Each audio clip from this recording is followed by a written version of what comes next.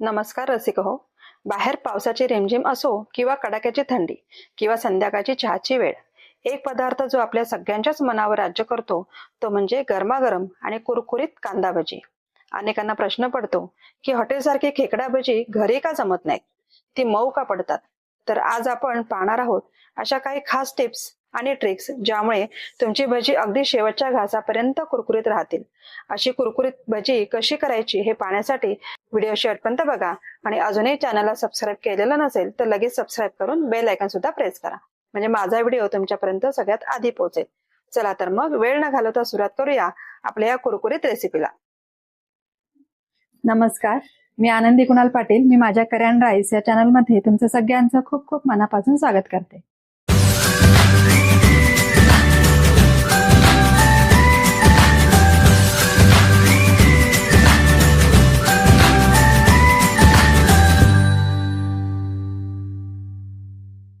कांदा भजीसाठी हे कांदे घेतलेत, त्याच्यानंतर कोथिंबीर लागणार आहे आणि मिरच्या लागणार आहेत. कांदे लांब लांब चिरून घ्यायचे. हे मधलं काढून टाकायचं म्हणजे कांदा लवकर मोकळा होतो.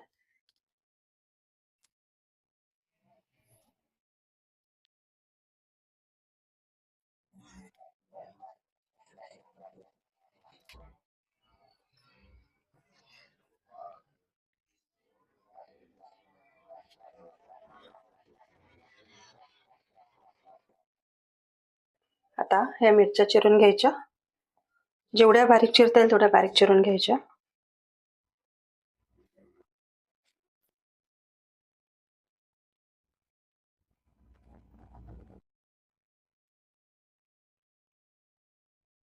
मिरच्या चिरून झाल्या. आता कोथिंबीर चिरून घ्यायची.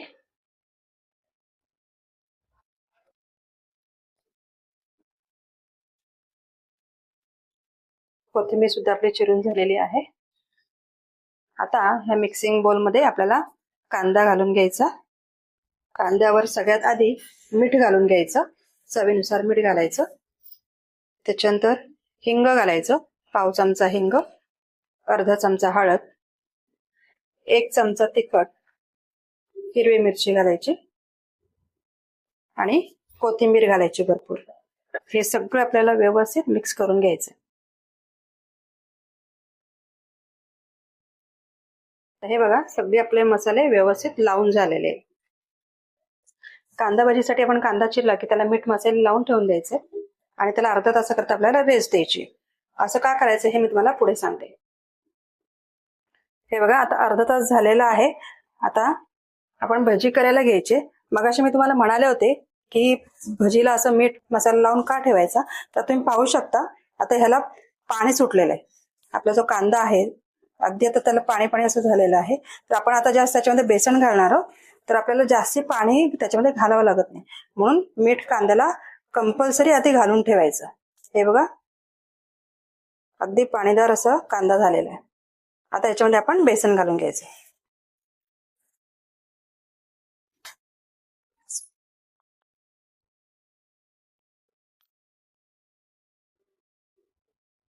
आपण लागेल असं बेसन त्याच्यामध्ये घालायचंय.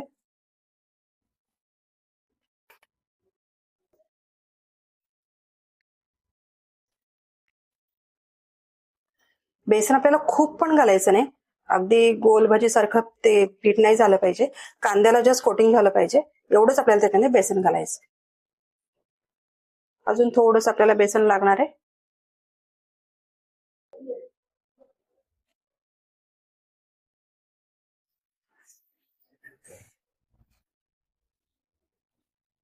हे बघा, आता आपलं हे बेसन याच्यामध्ये घालून झालेलं आहे. एवढं बेसन बास. आपला कांदा सुद्धा दिसतोय आणि त्याला पिठाचं व्यवस्थित कोटिंग झालेलं आहे. इतपत आपण त्याला बेसन लावून घेतलेलं आहे. आता आपण भजी तळायला घेऊया. आता हे आपलं भजीचं मिश्रण तयार आहे. त्याच्यामध्ये आपल्याला 2 टेबलस्पून एवढं कडकडीत तेलाचं मोहन घालून घ्यायचं. हे बघा, असं चुरचुरलं पाहिजे, असं कडक आपल्याला मोहन त्याच्यामध्ये घालून घ्यायचं. याच्यामध्ये आपण काही सोडा वगैरे वापरणार नाही आहोत, आपण फक्त हे तेलाचं मोहन घालणार आहोत. आता आपलं ते घालून झालंय. आता आपण हे सगळं मिक्स करून घ्यायचंय आणि भजी तळायला घ्यायचे. आता हे सगळं व्यवस्थित मिक्स करून घ्यायचं. ह्याच्यामुळे भजी कुरकुरीत होते. आता तेल गरम झालेलं आहे आपलं. भजी तळताना नेहमी तेल चांगलं गरम करून घ्यायचं आणि नंतर आपण भजी करायला, म्हणजे भजी चांगली कुरकुरीत होते, मऊ पडत नाही आणि तेलकट होत नाही.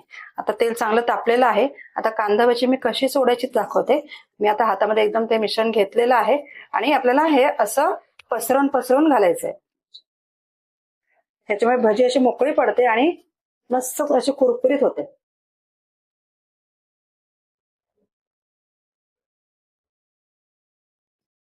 तर ही भाजी ही आता एक साइड तळून झालेली आहे. तर पलटी मारून घेऊया.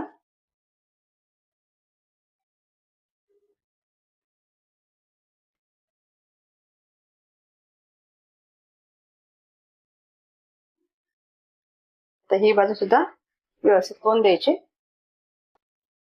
तर हा परफेक्ट कलर आलेला आहे, आपण काढून घेऊया.